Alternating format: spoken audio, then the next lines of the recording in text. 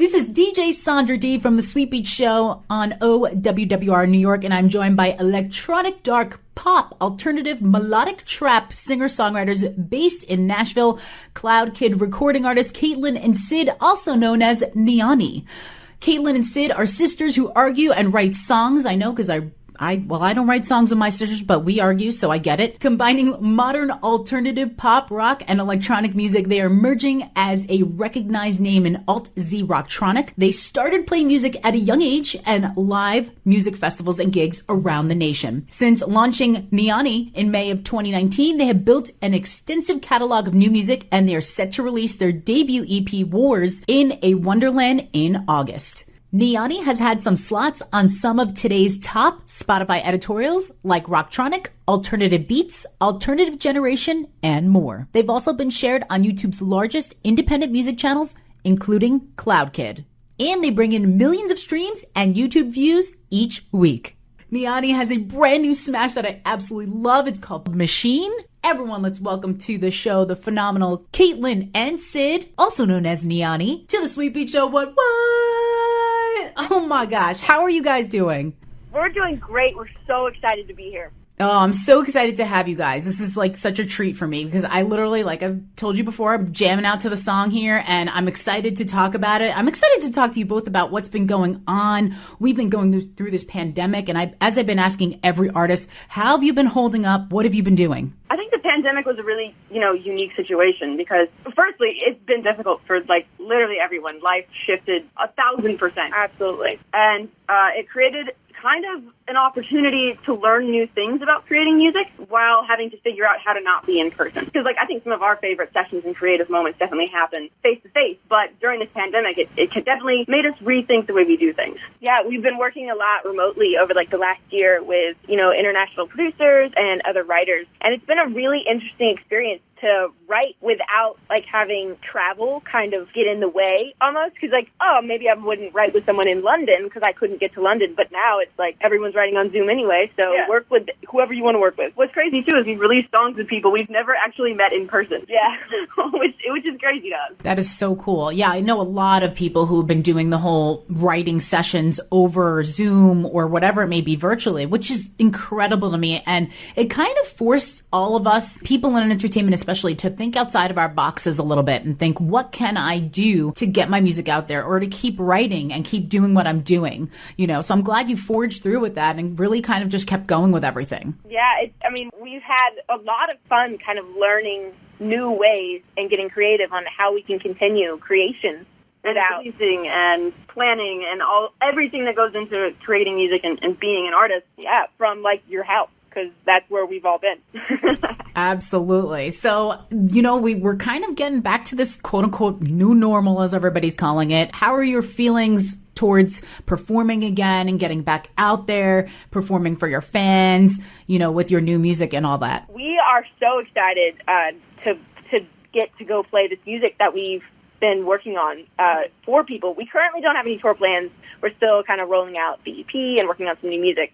But we would absolutely love to tour in the future, and we're so glad to see creativity and, music coming back into our day-to-day lives. We have been staring at the 4 studio walls for over a year now.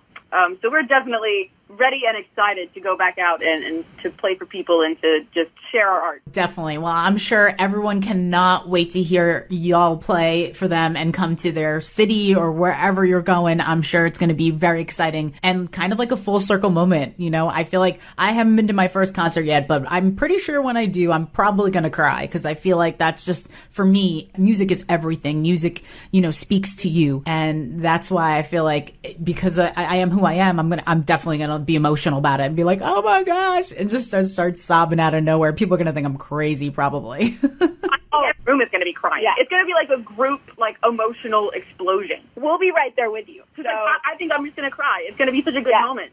If you're crazy, we're crazy too. And if everyone's crazy, then everything's fine. I love it. See, I love you girls. Oh my gosh, so fantastic. So what I've been wondering is, how did you get your name, Neoni? How did you get this? Is this part of your last name? Is it a nickname? How did you get that name? So it's very interesting. This is not our first band name. This is our third band name. Honestly, the hardest part of starting a band is picking a name. Yeah. We started a band together when we were both really young. What were you, like 11? Yeah, it was like 11. Caitlin was like 14. So we've been through a few as we've kind of grown up. But Neoni comes from the Scots Gaelic or Gaelic. I always confuse the two. I'm very sorry if I say the wrong one. For zero. And so we like to kind of keep that as like a reminder to ourselves because we just started playing like we busked a lot when we first started. Open mic night. Yeah. We had no idea what we were doing. The only two people in the audience were our parents. So we kind of like to remember, where we started to kind of keep us grounded in that. Zero fans, zero clue, but a lot of love for music. Yeah, no idea what we were doing.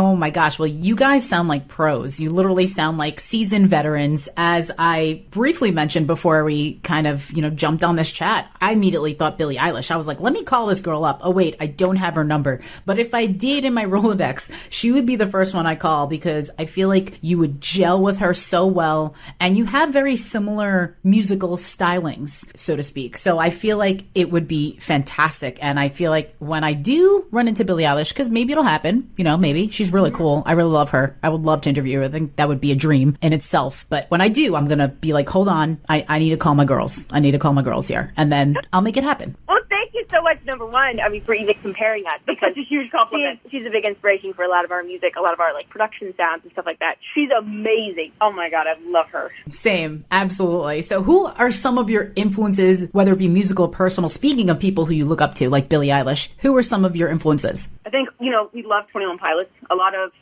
inspiration kind of comes from the way they write lyrics and their productions. So 21 Pilots is a big one. Imagine Dragons. Mm-hmm. I love the drama of everything they do and the way, to stand on a voice. Let's not even. We grew up listening to a lot of Switchfoot when we were young. My dad was a big metalhead, so we also grew up listening to Metallica and Megadeth and Iron Maiden. So I feel like we definitely got some of those vibes in our souls. But we're also huge fans of K-Flay. She's great. John Bellion. Yeah, there's a lot of people that kind of have inspired us along the way, and I still love listening to all of the old albums and all their new music. Oh, yeah. Oh, that's so cool. Those are some good ones right there. I like Switchfoot. I actually met Switchfoot a long, long, long time ago, and they probably wouldn't remember this story, but it was pretty funny because when I met them, I actually dislocated my finger and I wrapped it up and I was doing a concert with them and one of the guys came over to me and said, "Hey, what happened to your hand?" And I was like, "Well, I was playing basketball and I just, I caught it the wrong way." And he's like, "You need a story." And I was like, "I do?" He's like, "Here's going to be your story. There was a guy fighting over you with your boyfriend and you punched him in the face." And I was like, "That's a really good story." And he's like, "Yeah, it is." I was just like, That's amazing. That may be the best way ever to meet Switchfoot. Just saying. Could be the greatest way. It was fantastic. I was like, I love you guys already. This is great. That is awesome. So you have this brand new single called Machine, which I love, love, love. Tell us all about it, your inspiration behind it, what made you write it, all the fantastic stuff behind Machine. Thank you so much for starters. We're so glad that you like the song. We had a great time making it with a producer and a writer named David Spencer here in Nashville. We work on a lot of our music with him. He's great. I feel like the inspiration behind Machine kind of came from where we all were in our lives. We wrote it earlier this year. And, with the year of being, quarantined and everything being so uncertain, it kind of, I feel like the whole song came from a place of just frustration and just tension. And I think, when you think about Machine, we think about the way that everyone tells us we're supposed to live. You got to do this and then this, and you get that job, and then you do this and you buy that house. And that whole concept doesn't fit everyone. I think if we're all individual people, we all have to live individual lives. And I think Machine is just about breaking down everything everybody else tells you to do and just doing it your way, not being a part of what people think will make you happy, because it won't necessarily make you happy. So breaking the machine so you can live your life your way without anyone else's expectations or any rules, just doing your thing. Yeah, I think if there was one positive thing that came out of, a year of quarantine and pandemic, which there was not a lot of positives, I think it gave a lot of people a lot of time to reevaluate their lives and what's important. And I feel like we did that too a lot. Mm-hmm. And this whole EP kind of as a collective is kind of just a discussion on the thoughts we've had over our lives and over especially this past year of just, reevaluating our lives and what's important. Absolutely. Oh my gosh, I agree. And I kind of did the same thing. I was like, what am I doing? Like, how am I going to help artists when our studios are closed? What am I going to do? Our studios are closed down. I don't know what to do. And I immediately said, I'm going to take to Instagram, because I believe in people like you and other artists so much who are really trying to get themselves out there to really spread the love, to spread the music, to deliver that message. And I said, wow, what a genius. Like, go on Instagram. And I brought on a lot of artists to just have a simple chat like we're doing right now, to let them play, to let people, hear their voices. And for me, at least until we were able to get back in here in June of last year, that for me was just like, wow, and then I was able to do everything from here. Now I'm talking to you guys, and it's like, wow, full circle. Like, this just proves that what I'm doing, just doing little interviews like this to help anybody out, whatever I can do, that's just been my life mission, no matter what. And from an artist perspective, I don't think you even know how much stuff like that it really helps artists, and you are just making a difference. A huge difference. Oh, I love you guys. Seriously. Oh, group hug over the phone. Group hug. Yes. Group hug. Yes. So I usually ask this one in person, but you know what? I'm just going to go for it right now. If you had to describe Neoni's music using one word, what would it be and why? Ooh, I think it's dramatic.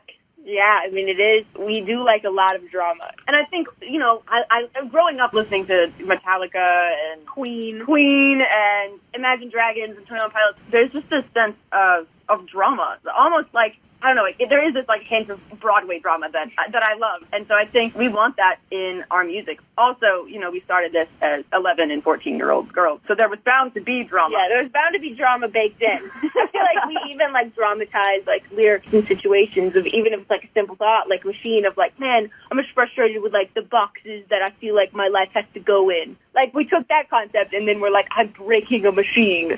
Like, there's a lot of dramatization. Is that a word? Probably. I don't think so, but it is now. In our music. I love it. See, you're just like me and my sisters. We have our bouts of when we argue, and then we have our bouts when we actually get along and we're kind of cool, And I'm sure you guys are the same way with you and your music and just in your lives personally, Oh, absolutely. You could not have picked two more different people to start a band together. Absolutely. We're pretty much opposite in every way. And as we started the band, there was a lot of fighting and a lot of tension. But as we've kind of grown up and we've been able to like learn each other's strengths and figure out how to work together, our relationship is better than it's ever been. Yeah, it's really, but there's still a lot of, there's still a lot of arguing. We're still sisters. Yeah, that's never going to go away. Of course, blood is blood, I say that all the time. Every time me and my sisters have an argument and doors get slammed, you're just like, wait, no, we're still of the same blood. So eventually I'm going to have to talk to her again, Oh, exactly. Yeah. And also, like, if we fight for a long period of time, we'll have to deal with Thanksgiving being awkward. Yeah. And nobody wants that. That's always our jokes. People are like, are you ever going to break up? And I was like, do you know how awkward, like, Christmas would be? It's so awkward. Oh my God. So no. That's so funny. And so true at the same time. I come from a big Italian family, so it'd be kind of awkward, if we fought. Or like someone wasn't at the dinner table and you're just like, oh, where'd they go? Like it would just be weird. Yeah.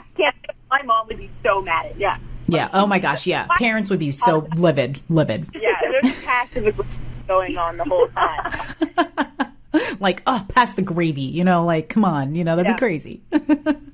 Oh my gosh. Well, I love both of you guys. I love talking to you, and hopefully we'll bring you guys up here and we'll be able to really chat, sit down, and you can take over. We'll play some Queen. We'll play some Switchfoot. I think that'd be fantastic.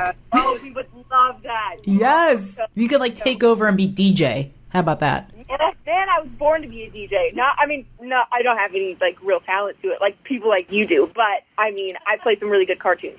So. Yes, I love it. We'll do like Caitlin and Sid's picks. Yes, I would love that. Friend. Oh my goodness. Well, I've had a blast. Machine Again is the single. It is available everywhere, Spotify, iTunes, everywhere. And you can check out the website at weareneoni.com. They have Facebook at Neoni, Instagram and Twitter at weareatneoni, and YouTube, of course, at Neoni. Thank you, Neoni. We love you. Woo! Thank you so much for having us. Anytime.